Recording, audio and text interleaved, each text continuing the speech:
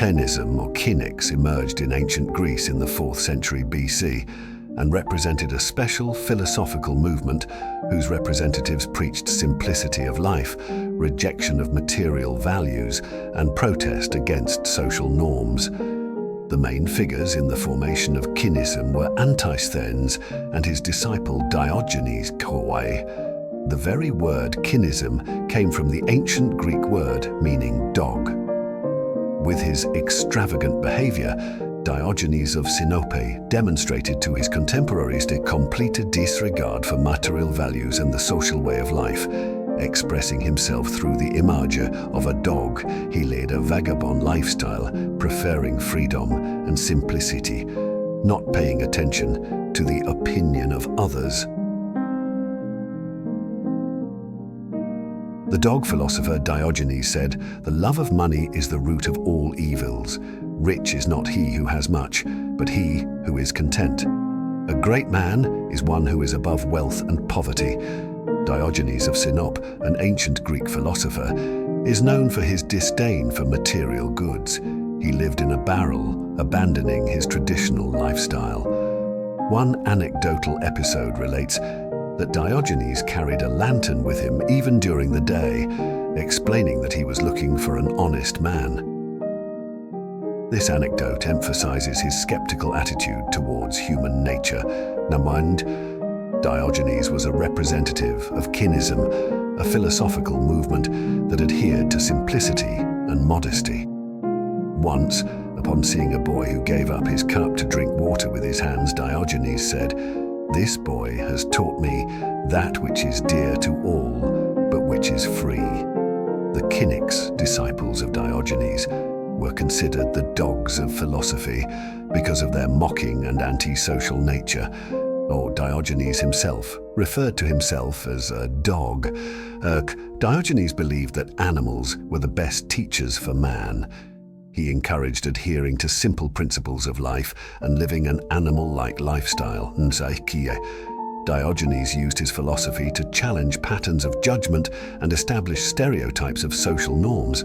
For example, he preferred to interact with people in public places, ignoring the usual rules of behavior.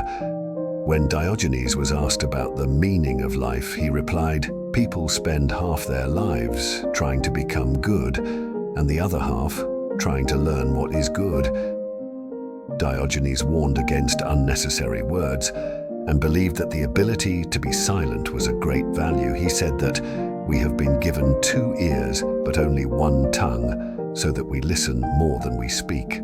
He often used satire and parody to convey his ideas.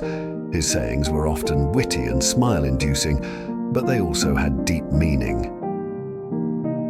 Diogenes stood out for his ascetic lifestyle. He lived in a barrel, disregarded accepted social norms, and often behaved defiantly to emphasize his philosophy. Descartes' contemporaries described Diogenes as a philosopher with a sharp tongue and frequent sarcastic remarks. He was known for his witty aphorisms that expressed his philosophical views. His attitude towards wealth and power was perplexing to his contemporaries. He believed that man should free himself from dependence on material goods and live simply. Many anecdotes and legends about Diogenes are passed down through written sources such as ancient texts and biographies of philosophers. These stories often emphasize his mocking approach to life and unusual actions. Fragments of his philosophical ideas have come down to us in the form of quotations and passages in the works of other authors. He advocated simplicity, honesty, and independence from external circumstances. Diogenes and his teachings of the Cynics left a trace in the history of philosophy. His real personality and legendary stories about him continue to inspire and interest modern people. Please note that not all of Diogenes' quotes have survived in the original and may be presented in retelling by historians and biographers. People spend time making their houses beautiful, but forget to improve their lives.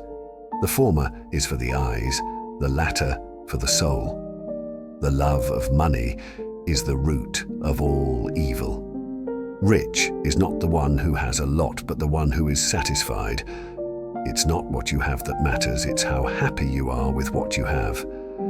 A man's most valuable jewelry is his inner world. People take care of the body, but they don't take care of the soul, although it is more important. Fate plays its part, and we just have to play our part well. Great man is one who is above wealth and poverty. The rules of the state are few. Do not cheat, speak your mind freely, and do not depend on external things. Diogenes of Sinope is known for his controversial and cynic views on various aspects of life, including the relationship between men and women. However, it is worth noting that his statements about women, as well as some other aspects of his philosophy, can be viewed in light of the cultural context and time in which he lived. Here are a few of Diogenes' famous quotes on the subject. These quotes emphasize his cynic and provocative style of reasoning about life and society. However, it is worth noting that many of Diogenes' statements can be interpreted and understood in the context of his time and cultural milieu.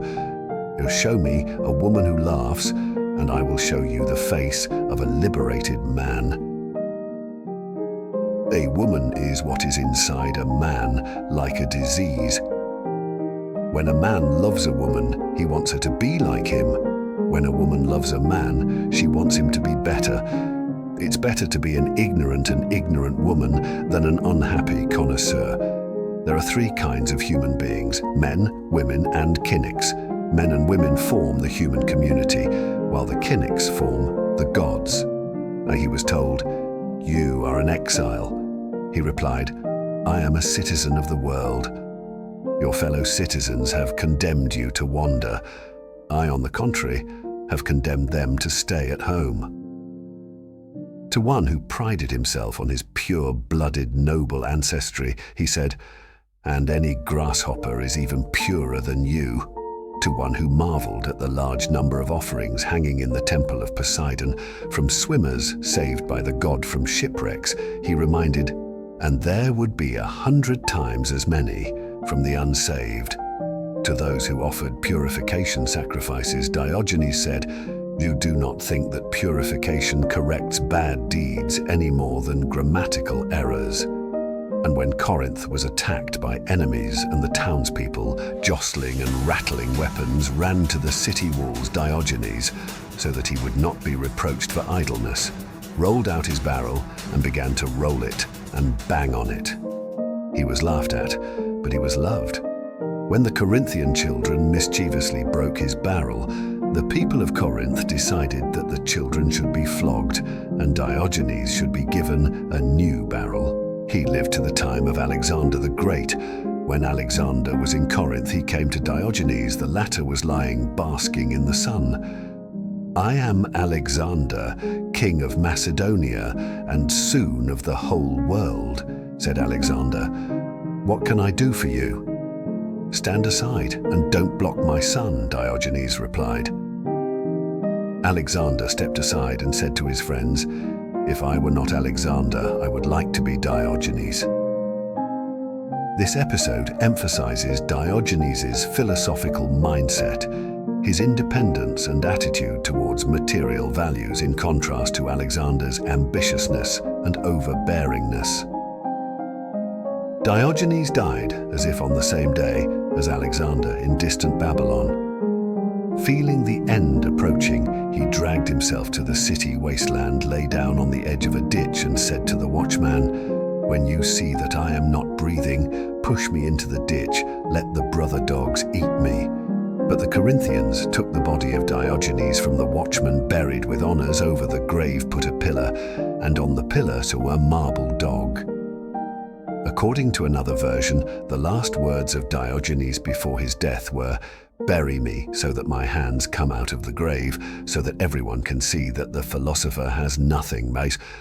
Unfortunately, no historical evidence survives of direct discussions between Diogenes of Sinope and the great Stoics such as Zeno of Cittia, founder of the Stoic school, or Chrysippus of Soli.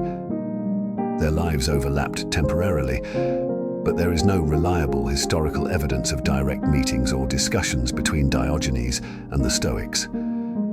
Diogenes lived in the 4th century BC, and Stoicism as a philosophical movement took shape in the 3rd century BC. Despite the overlapping time frame, there are no specific references to meetings or discussions between representatives of Quinism and Stoicism. However, both philosophical movements share commonalities in their approach to ethics and attitudes toward material possessions, and in some cases parallels can be seen in their ideas about virtue, self-control, and attitudes towards society. Cynic doctrine, which arose long before philosophical Stoicism, influenced it in many ways. Many of the principles of Stoicism have their origins in this tradition.